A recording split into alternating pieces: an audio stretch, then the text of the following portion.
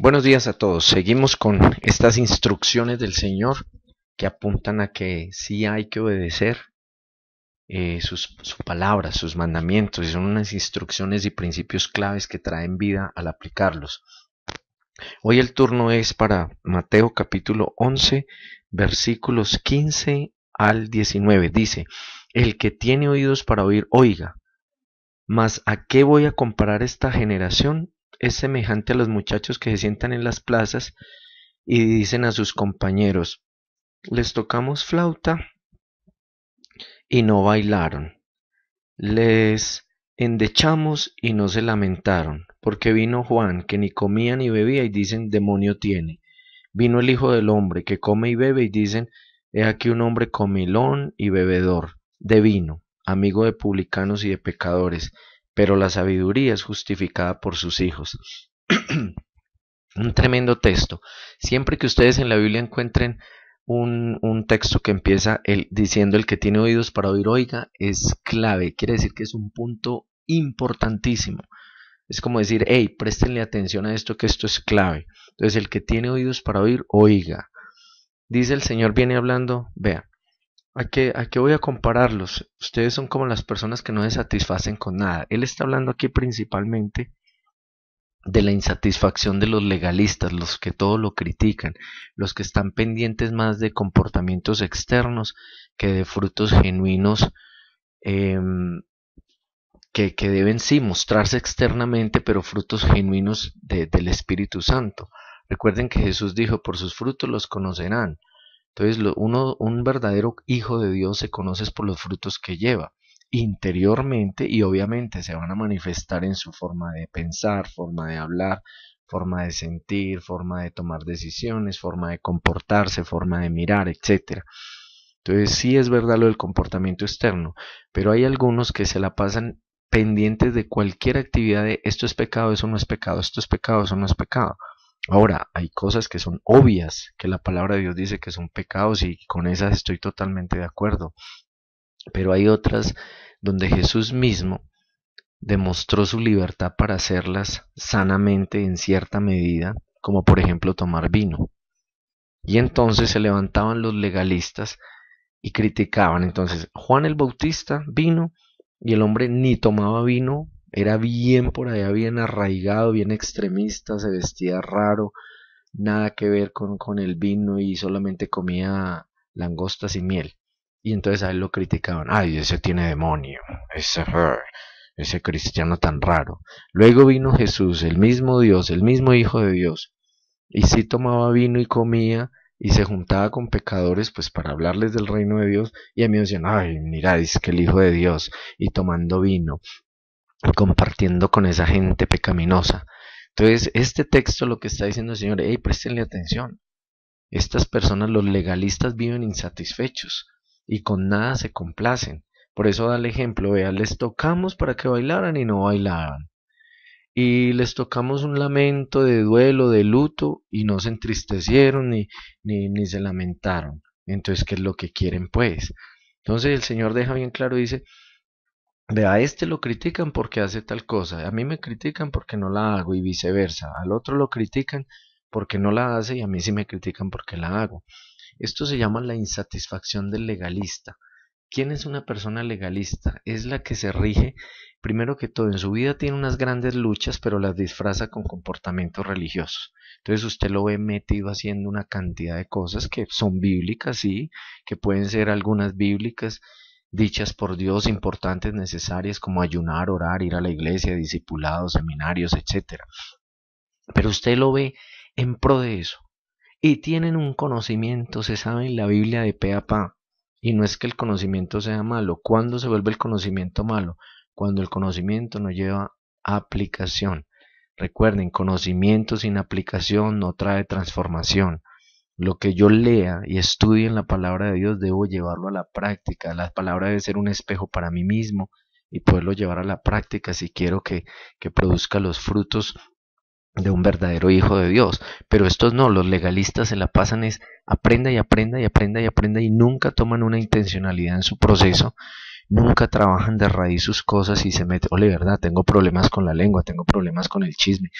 ¿Por qué será? Venga, me meto con Dios, miremos en la palabra, qué dice Dios del chisme, cómo se puede erradicar el chisme, por qué digo chisme, qué proceso tengo que hacer, sino que están pendientes de los demás. En su frustración de no vivir sus frutos, entonces viven en pro de criticar la libertad que tenemos otros. A mí hay personas que me han criticado que porque me tomo un vino. Y ahora, la pregunta es, yo no estoy acá justificando como Jesús cualquier comportamiento pecaminoso ni diciendo borrachera. Jesús tomaba vino en eventos de comida. Ya, y usted no lo veía en una discoteca, bueno, en ese entonces no habían, pero no lo veía en un parche de borrachos participando pues de toda la vulgaridad y todo, no, compartía con pecadores en cenas, en comidas y tomaba vino. Él mismo lo está diciendo acá, Jesús tomaba vino en comidas, pero tenía un propósito en mente. Pero el legalista pasaba y lo veía y decía, ay, mira, es que con los borrachos y de todo. Pero a Juan que no tomaba vino también lo criticaban. Entonces, ¿qué dice el Señor acá? Mire, no le pongan cuidado a los legalistas.